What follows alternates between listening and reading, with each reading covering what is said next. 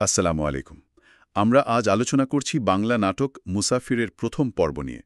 এটা eagle drama সিরিজের YouTube চ্যানেলে এসেছে, আর এর ট্রান্সক্রিপ্ট থেকে পাওয়া তথ্যগুলো আমরা একটু খুঁটিয়ে দেখব।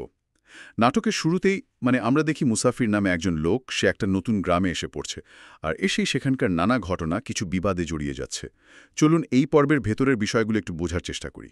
হ্যাঁ, আসসালামু আলাইকুম। অবশ্যই এই পর্বটা কিন্তু শুরুতেই বেশ কয়েকটা জটিল পরিস্থিতি সামনে এনেছে। হুম। যেমন ধরুন, একদিকে মসজিদ কমিটির নির্বাচন, জি। সেটা নিয়ে গ্রামের যে পাওয়ারফুল লোক আব্দুস সাত্তার, তার সাথে খলিলের একটা সংঘাতের আঁচ পাওয়া যাচ্ছে। হুম, খলিল একটু নিরীহ টাইপের। ঠিক। আবার অন্যদিকে খলিলের নিজের পরিবারেই সমস্যা, সম্পত্তি নিয়ে তার ভাতিজা মফিজের সাথে একটা দ্বন্দ্ব চলছে। ও আচ্ছা। আর এই সব কিছুর মধ্যে এই যে মুসাফির নামের আগন্তুক, তার আগমনটা বেশ একটা আলোড়ন তৈরি করে। বিশেষ করে ওর যে চরিত্রটা, অন্যায়ের বিরুদ্ধে সঙ্গে সঙ্গে প্রতিবাদ করা। ঠিক তাই। যেমন ওই ঘটনাটা, আব্দুস সাত্তার যখন খলিলকে ইলেকশনে দাঁড়াতে মানা করছে, ক্ষমতার একটা জোর দেখানো আর কি। একদম। আর তারপরে সাত্তারের ছেলে জসিম, সে যখন খলিলের সাথে খারাপ ব্যবহার করে, মুসাফির কিন্তু সাথে সাথেই বাধা দেয়। ওটা যেন প্রথম একটা বিস্ফোরণ বা স্ফুলিঙ্গ। হ্যাঁ, ঠিক। যদিও খলিল তাকে তখন বাঁচায়, সাহায্য করে, কিন্তু খলিলের চোখে মুখে যে একটা চিন্তা দেখা যায়, সেটা বেশ গুরুত্বপূর্ণ। গ্রামের ক্ষমতার ভারসাম্যটা কেমন, সে ব্যাপারে একটা ধারণা দেয়। খলিলের এই যে দ্বিধা বা ভয়, এটা আসলে কিসের ইঙ্গিত দেয়? এটা আসলে খলিলের চরিত্রটাকেই ধরিয়ে দেয়।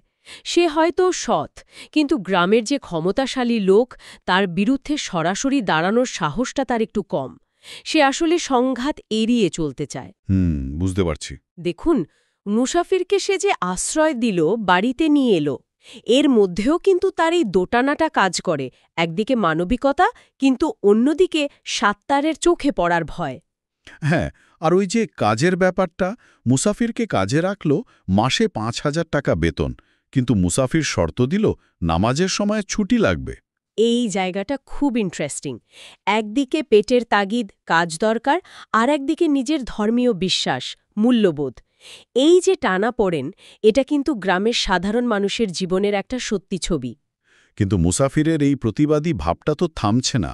খলিলের বাড়িতেই আবার ঝামেলা। হ্যাঁ, যখন খলিলের ভাতিজা মফিজ, সে এলো, চাচাকে অপমান করছে সম্পত্তি নিয়ে। আর মুসাফির? মুসাফির আবারও রুখে দাঁড়াল। সে সহ্য করতে পারল না। এতে তো খলিল আরও ভয় পেয়ে গেল নিশ্চয়ই। হ্যাঁ, খলিল তো প্রথমে ভয় পেয়ে মুসাফিরকে চলেই যেতে বলে, কিন্তু এখানে তার মেয়ে জান্নাতের ভূমিকাটা দেখার মতো। ঠিক। জান্নাত কি করল? জান্নাত বাবাকে বোঝায়, সে মুসাফিরকে থাকতে বলে। ওর একটা কথা খুব গুরুত্বপূর্ণ, মুখ বুইজা সব সহ্য করার নাম শান্তি না। বাহ, দারুণ কথা। এটা শুধু মুসাফিরকে সাপোর্ট করা না, এটা যেন নাটকের মূল সুরটাও ঠিক করে দেয়। জান্নাত বুঝতে পারে তার বাবার মতো নরম মানুষের পাশে মুসাফিরের মতো স্পষ্টভাষী, সাহসী একজন থাকা দরকার। এটা কি গ্রামের নতুন প্রজন্মের মধ্যে একটা পরিবর্তনের ইচ্ছার ইঙ্গিত? হতেই পারে, একটা সূক্ষ্ম ইঙ্গিত তো বটে। কিন্তু এর ফলে শত্রু তো বাড়ছে। একদিকে আব্দুস সাত্তার আর তার ছেলে জসিম। হ্যাঁ, তারা তো ক্ষেপে আছেই। আবার এই মফিজও যোগ হল। সবাই মিলে মুসাফিরকে হুমকি দিচ্ছে, তাকে গ্রাম ছাড়া করার বা শায়েস্তা করার প্ল্যান করছে। একজন বাইরের লোক, সে এসেই গ্রামের ক্ষমতাধরদের মাথা ব্যথার কারণ হয়ে গেল। বেশ দ্রুত ঘটছে সব। ঠিক। আর এখানেই গল্পে আরেকটা মোচড় আসে। ঘটনাচক্রে মুসাফির দেখে ফেলে যে জান্নাত গোপনে এক ছেলের সাথে কথা বলছে। রবিন নাম ছেলেটার। ও, শুধু তাই না, পরে ওই ছেলেটা রবিন জান্নাতের বাড়িতে এসে ওর সাথে জোর করার চেষ্টা করে। বলেন কি? তখন মুসাফির তাকে আচ্ছামতো ধোলাই দিয়ে তাড়িয়ে দেয়। আচ্ছা। এরপর জান্নাত মুসাফিরকে অনুরোধ করে এই ঘটনাটা গোপন রাখতে।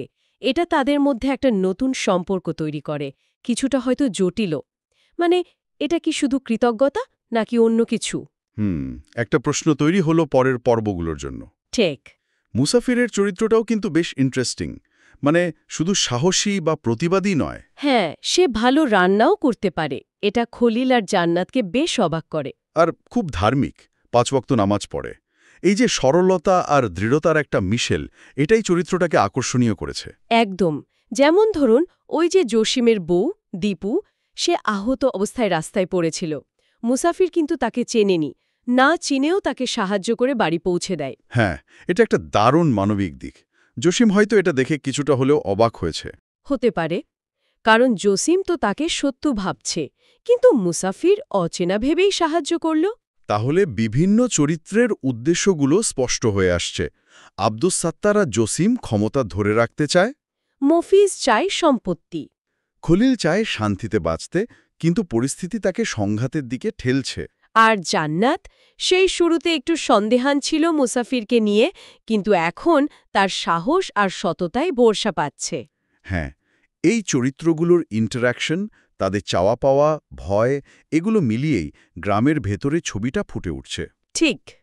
তাহলে মোটের উপর যা দেখা গেল, মুসাফির একজন সাধারণ মানুষ হিসেবে গ্রামে এলেও তার যে স্বভাব অন্যায়ের প্রতিবাদ করা, সেটা তাকে খুব তাড়াতাড়ি গ্রামের ভেতরের যে দ্বন্দ্বগুলো সেগুলোর একেবারে কেন্দ্রে নিয়ে এসেছে। একদম। সে একদিকে যেমন খলিলের মতো দুর্বল মানুষের ভরসা হচ্ছে, তেমনি খুব শক্তিশালী শত্রুও তৈরি করে ফেলছে।